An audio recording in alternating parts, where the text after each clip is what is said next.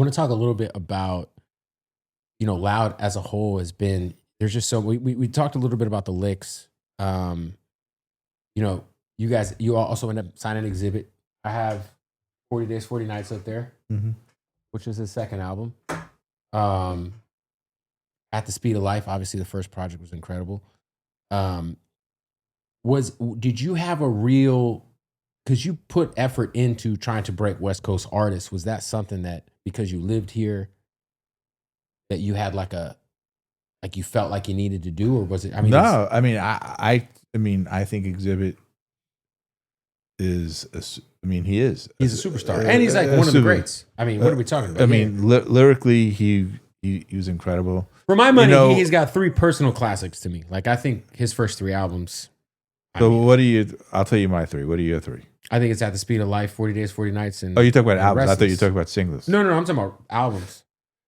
I know everyone loves Restless, but I think you go 40 Days, 40 Nights. Got chamber music, fucking 3-Card Molly.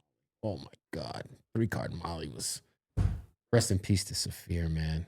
But that song, I told Xzibit, I just ran into him at his release show. He had a show at the Peppermint Club, and I was like, he's doing this show called Rhyme Fest, and it's like him, Dilated Peoples.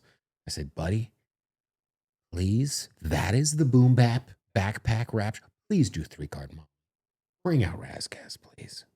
But yeah, no. I mean, what you see is what you get. That video was game changing, right? It was all his videos, even his first single of all time, Paparazzi, off the first album, was a game. I mean, with an orchestra and a cello player on the beach. I mean, yeah, no, it's crazy. Was there like when Xzibit starts to get, I think of he gets put on the Top Dog album, right? The Snoop album, the Bitch Please record, yeah, which I felt like introduced him to such a new audience, right? Snoop Dogg at that time is one of the biggest rappers on the planet. Well, that record turned Snoop's career around too. 100%, because the first Snoop No Limit album was a dud, and it didn't really have anything redeeming about it, in my opinion. But that album had some shit on it. Bitch Please was like his first real, I think, hit after Death Row. Mm-hmm.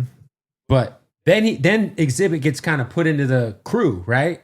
He goes out on tour with the Up in Smoke tour, and he's on 2001 and all that. Like, it feels like the creation of Restless was like an important moment for you guys and just for his career. What was it like just kind of being behind the scenes and watching that 2001 era? He was like,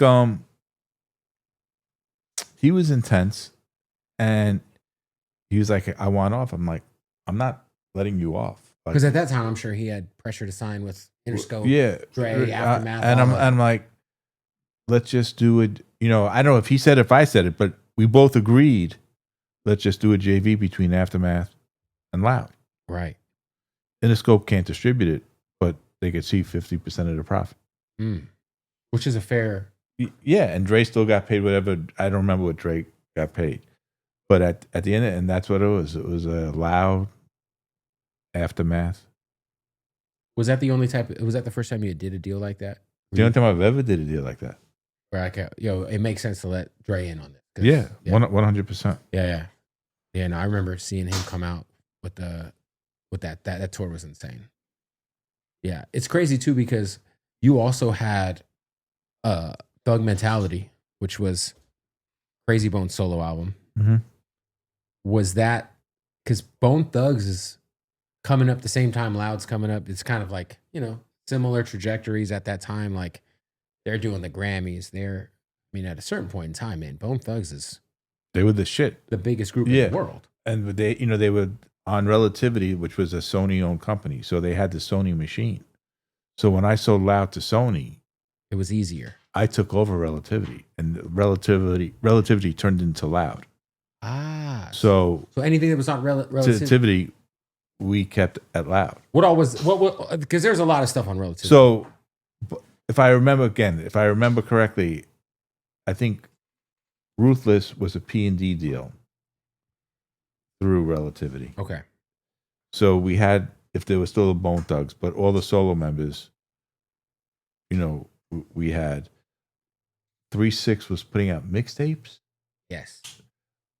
And I went, Master P was blowing up. And I said, I understand what he's doing.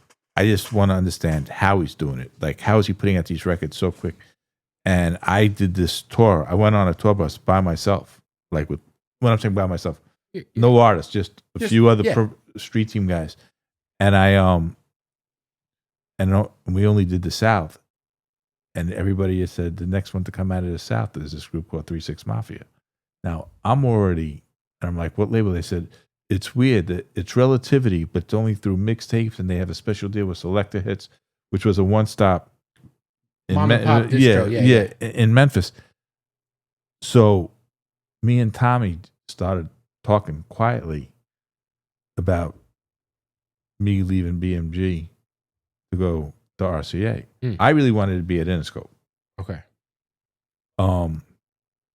But at the end of the day, when Tommy says, "Are we going to do this?" I did it because of 3-6 Mafia. Wow. I didn't do it for no other reason. And Tommy said, "Do you want to be a Columbia Epic?" I said, "No, I want this label that you have called Relativity." And he's looking at me, he goes, "That's actually a brilliant idea. You'll be the third major inside the Sony system." Wow. That's crazy. 3-6, man. Yeah, all their mix. I always, as a fan, I was always confused because there'd be like the mixtape shit, then there'd be like the they would Chronicles have 666 Mafia, 3-6 Mafia. Yeah, there was 666 Mafia, 3-6 Mafia. Like, what the fuck is Had going the Club on? Up Thugs. Yeah. Right? So that's fucking crazy, man.